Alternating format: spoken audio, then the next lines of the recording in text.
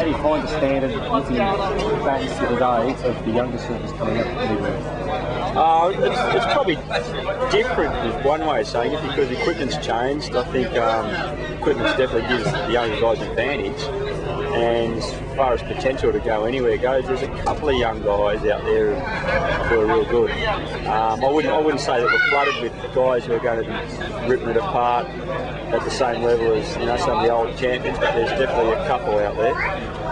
You've been around Australia, I guess nearly to every break on the continent. You've travelled internationally, you've represented Australia. Where are your fondest memories? I guess they all are with surfing, but do you have any fond memories inside Australia, your favourite break? Oh, definitely. In particular, this place we're at now, Phillip Island, had a great month or so, I think in about 1978 with Neil Luke down here, and I've been back here heaps of times, but also Western Australia, had some great waves there years ago. I mean, everywhere's good on its day. I mean, it's just a matter of being at the right place at the right time. I've loved it down this part of the continent a couple of times.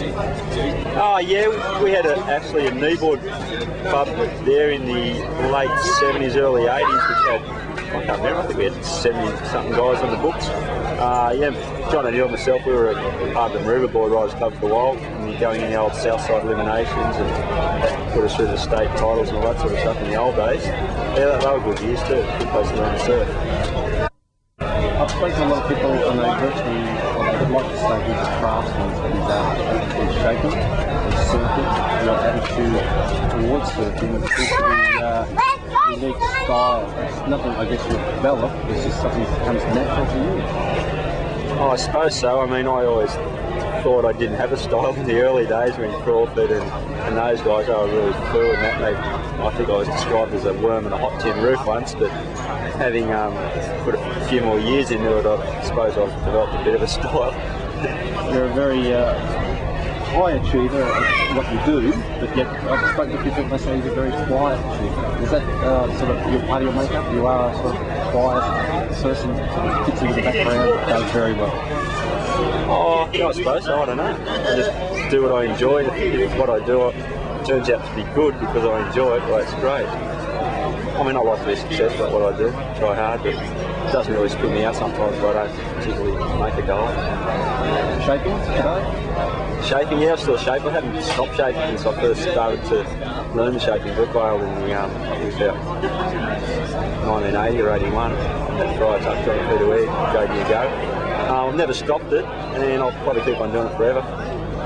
We spoke to a few guys and looked at some of your boards. 6 foot seems to be common wisdom.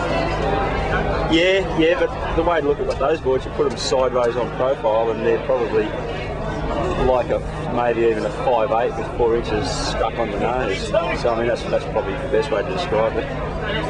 Big wave surfer, is it the forte of yours?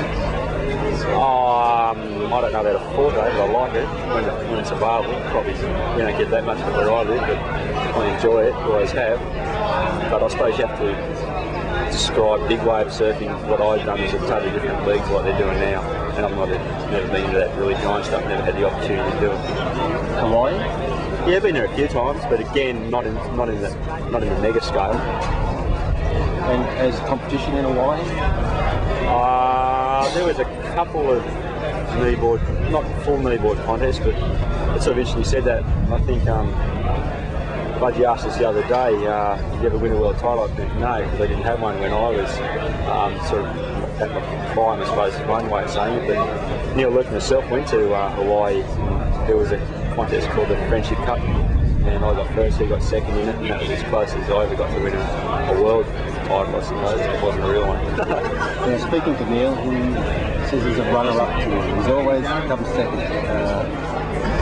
Will he always come second? No, I think he's beaten me a few times actually. He probably just only remembers the ones that he didn't, I reckon.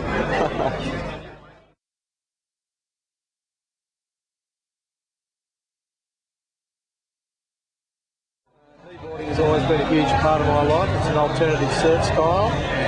It'll always probably be in the back seat compared to the mainstream styles of surfing, but it's definitely an alternative surf style, and it's wonderful to be you know, connected with all the other friends from all around Australia and indeed the world who ride a kneeboard. They've got something in common with one another. I consider as an entertainer, as a surfer, and as a friend and a singer, part of your life, and you'll never lose it. No, I don't think it will leave. It's funny you say that because I think as you grow up, I mean, when I was younger, I always wanted to be the clown, and when I realised that it was just to get attention because I wanted people to like me. So behind every clown there's a little bit of sadness too, you know, there's a little bit of loneliness.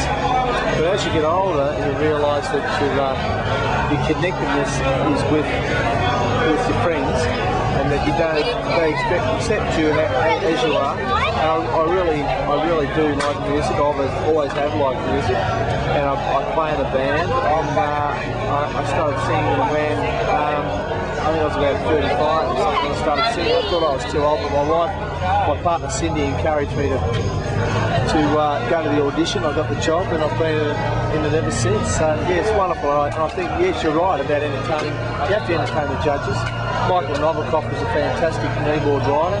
He's a fantastic kneeboard rider. He was always, I thought, I always watched Nova and admired him because I thought he was a great entertainer. You know, as a surfer, as a competitive surfer, I think you definitely have to entertain the judges, or they'll get bored with you quite quickly. Kneeboard riding has been in the back seat for a long time, but we have to be careful that we hang in there. We just have to survive. It's like the indigenous species. It's like the indigenous people indeed. I mean, I can relate to the Aboriginal people in Australia, how that there is only a small minority of them, and they're hanging on, really hanging on, but they've got that strong connectedness with the land and with one another. And I believe that that's what we have too, as kneeboard riders, with one another, with the sea.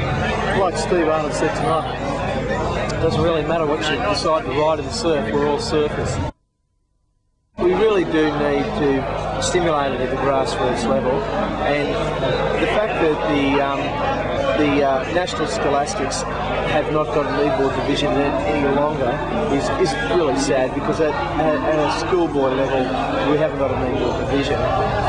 So kneeboarders have to basically become aware of our association, and we have to do that by being very enthusiastic about what we're doing, and being enthusiastic we can encourage young guys to try it, you know, to try it out.